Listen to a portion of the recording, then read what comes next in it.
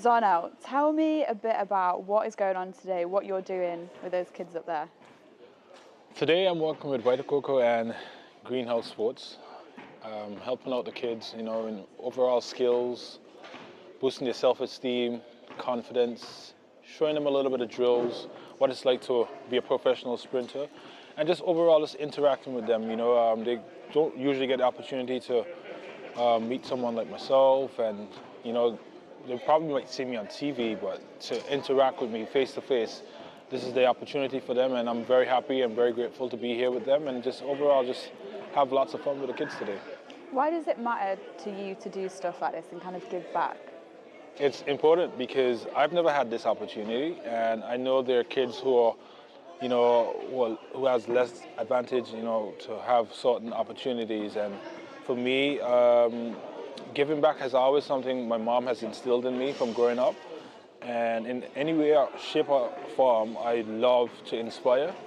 And for me, I live by the motto, inspire before I expire, and that is to show the younger generation, there is a lot to achieve through sports, and sports has been my free passport throughout the world. Overall, my main goal is to inspire them, give them a sense of confidence, because I've noticed that some of them speak a bit soft, or they might be a bit shy and timid because of the cameras and stuff, but it's okay to be you and be yourself in any environment, and that's what I'm trying to instill in them today.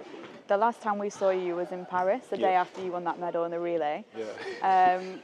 Just talk us through that and what it meant to you after such a difficult season.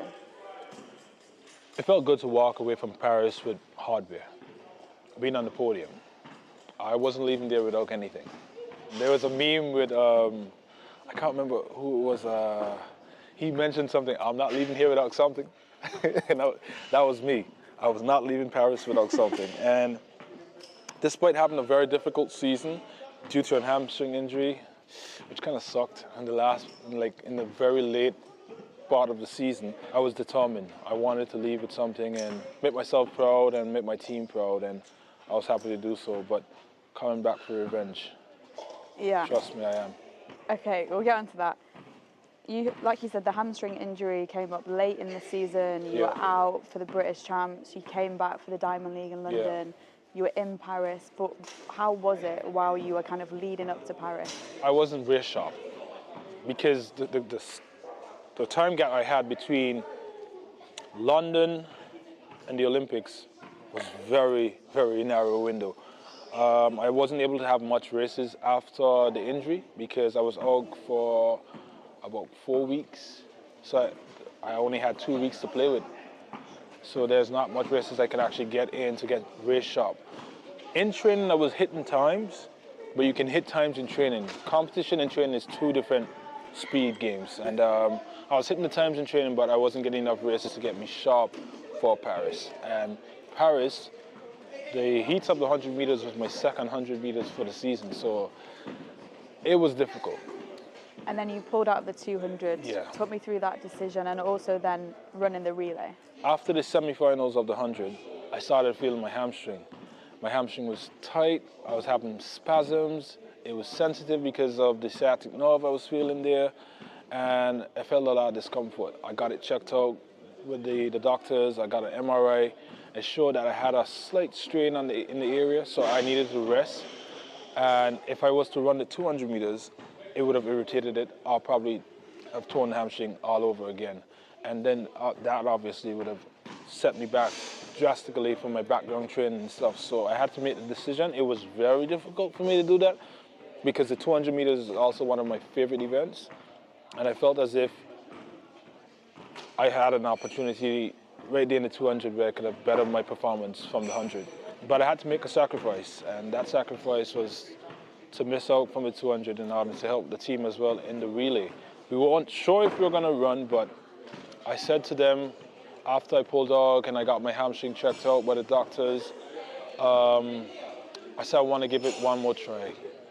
I want to give it one more try and see how it goes. And if it goes, it goes. I remember running the finals, my hamstring was taped up.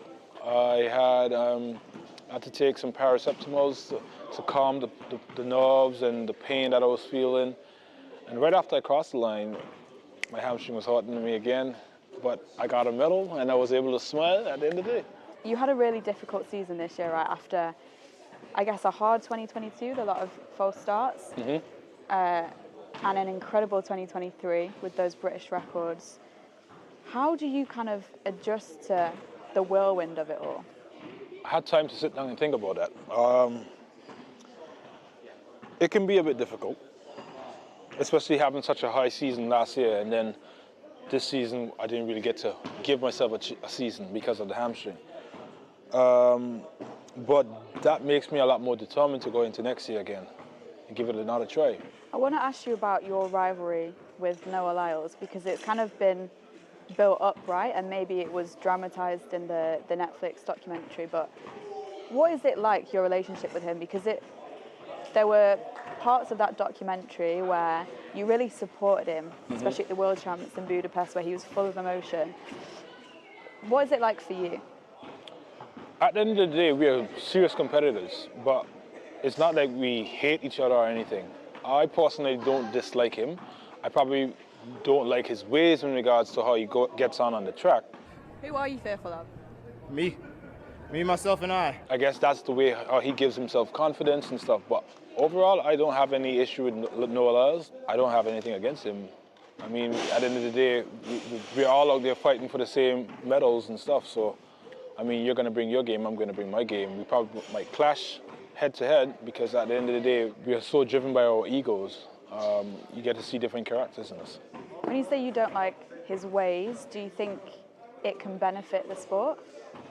His ways?